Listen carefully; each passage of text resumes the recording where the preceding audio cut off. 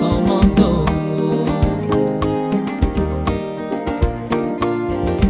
C'est l'histoire de Joseph, fils d'Israël, enfant de Rachel, frère de Benjamin. Son manteau était particulier, un don de son père, l'unité des tribus, Dieu se fondant dans les hommes.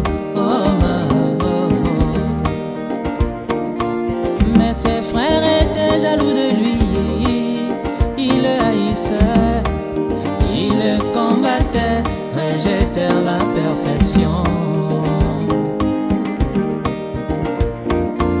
Parce qu'ils ne reconnurent pas le don, ils le vendirent à des marchands qui le revendirent au pays de l'Égypte.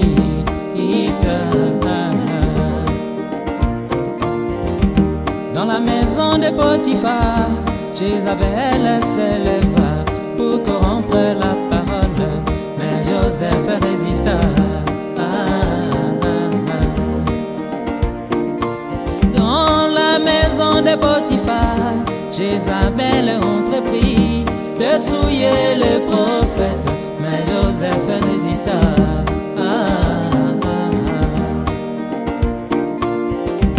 Joseph est en prison, que des âges sombres, mais ses visions ne le quittèrent jamais. Joseph est en prison, que de temps obscurs, son ministère ne le quitta jamais. Car les dons et les appels sont sans repentir. Alléluia. Le panetier fut tué, mais le salut de les chansons l'emmena chez le roi.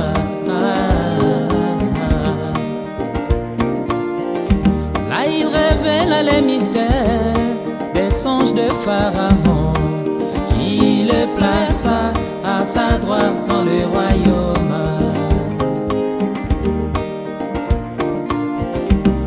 Joseph avait changé d'accoutrement, il s'était rasé la barbe. Il portait un manteau égyptien et il avait reçu du roi l'anneau pharaonique qui lui conférait le gouvernement sur l'Égypte. À ce moment-là, Joseph pouvait déclarer: en Égypte, tout pouvoir m'a été donné. Alléluia. Tout genou fléchissait devant lui. Il était la guérison d'Égypte. Il était le salut des nations. Quand ses frères arrivèrent au pays d'Égypte, pourchassés par la famine, il se révéla à eux. Leur dit: allez dire à mon père toute ma gloire en Égypte. Allez dire à papa toute ma gloire en Égypte. Allez dire à Jacob toute ma gloire en Égypte. Allez dire à Israël toute ma gloire en Égypte. Que la pyramide est à mes pieds, le sphinx est à mes pieds, que vos gerbes se plient devant moi. Le soleil est à mes pieds, même la lune est à mes pieds. Les étoiles sont à mes pieds. Les messagers aux pieds de Joseph, crucifié par les siens à cause de son message, à cause de sa naissance, surtout pour son manteau.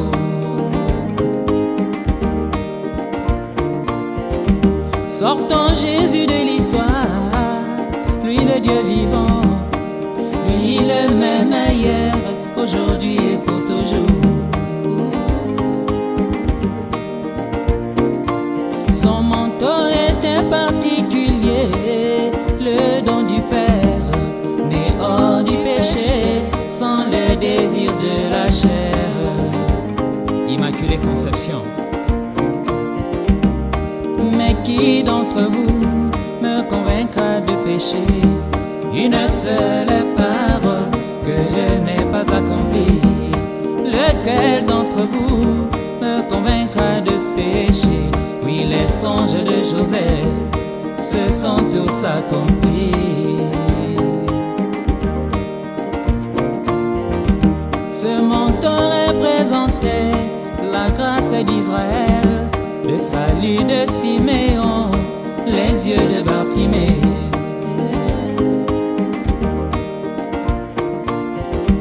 C'était le don du Père, c'était le don du Père, c'était le don du Père, c'était le don du Père à l'humanité.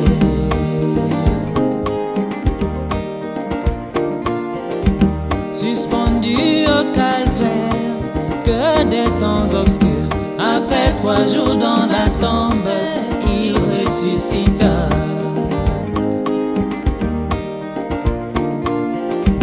Quand les femmes arrivèrent, ce matin-là à la tombe, ces églises désireuses de l'embaumer, ils se révélèrent. Leur dit, allez dire à mes disciples que je suis vivant. Nous nous réveillerons en Galilée, car tout pouvoir m'a été donné.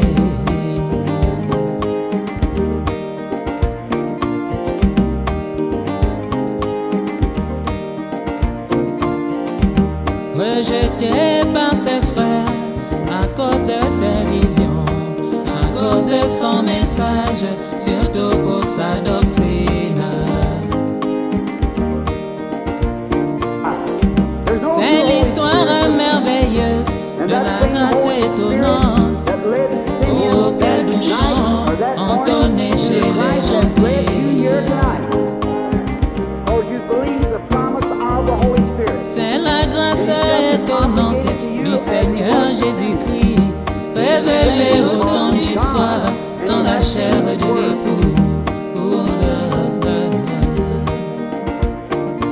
Son manteau était particulier, né hors saison, mais selon la promesse préservée par Dieu le Père.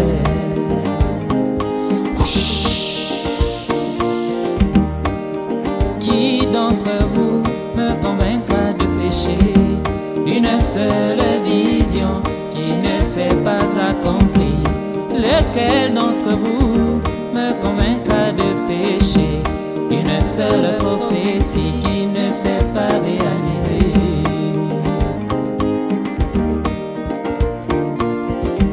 Ce message représente la perfection, la résurrection et la translation des saints. Les pentecôtistes ont voulu ajouter des couleurs au manteau arc-en-ciel, mais l'épouse résista. Les pentecôtistes ont voulu ajouter des coutures à la robe parole, mais l'épouse résista.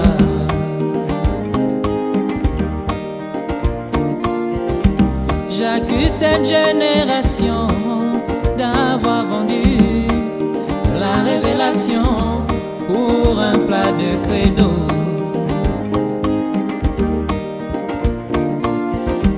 L'épouse est dans les troubles, l'épouse persécutée, sa consolation, la commission de l'ange.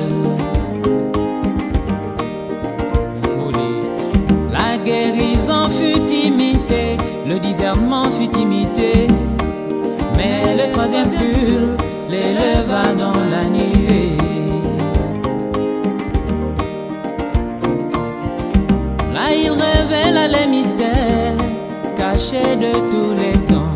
Il revint avec le titre de propriété. La nature lui était soumise. Le taureau reconnaissait son maître. Maman Méda fut guérie par l'autorité de la parole parlée. Quand ces rabbins arrivaient sur la côte ouest, Jefferson Street, pour chasser par la famine, il se révéla. Leur dit, allez dire à mon père toute ma gloire en Égypte. Allez dire à papa toute ma gloire en Égypte. Allez dire à Jacob toute ma gloire en Égypte. Allez dire à Israël toute ma gloire en Égypte. Chez Attiroy, c'est ma gloire en Égypte. Pour Florence Nightingale, c'est ma gloire en Égypte. Pour Carrie Holman, c'est ma gloire en Égypte. Le discernement des pensées, c'est ma gloire en Égypte. La révélation des sept eaux, c'est ma gloire en Égypte. La révélation des tonnerres, c'est ma gloire en Égypte. Le super signe, c'est ma gloire en Égypte.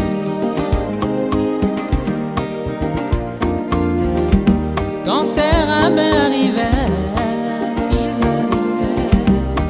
sur la côte ouest, Jefferson Street, pour chasser par la famine, il se révéla. Leur dit, allez dire à mon père toute ma gloire en Égypte. Allez dire à Jacob toute ma gloire en Égypte. Allez dire à Israël toute ma gloire en Égypte. Allez dire à Benjamin toute ma gloire en Égypte. La création des écureuils, c'est ma gloire en Égypte. La guérison de l'opossum, c'est ma gloire en Égypte. La résurrection du poisson, c'est ma gloire en Égypte. La descente de la nuée, c'est ma gloire en Égypte. La colonne de feu sur Branham, c'est ma gloire en Égypte. Les signes sacrés, c'est ma gloire en Égypte. Allez dire à papa, ne cachez rien de ma gloire en Égypte.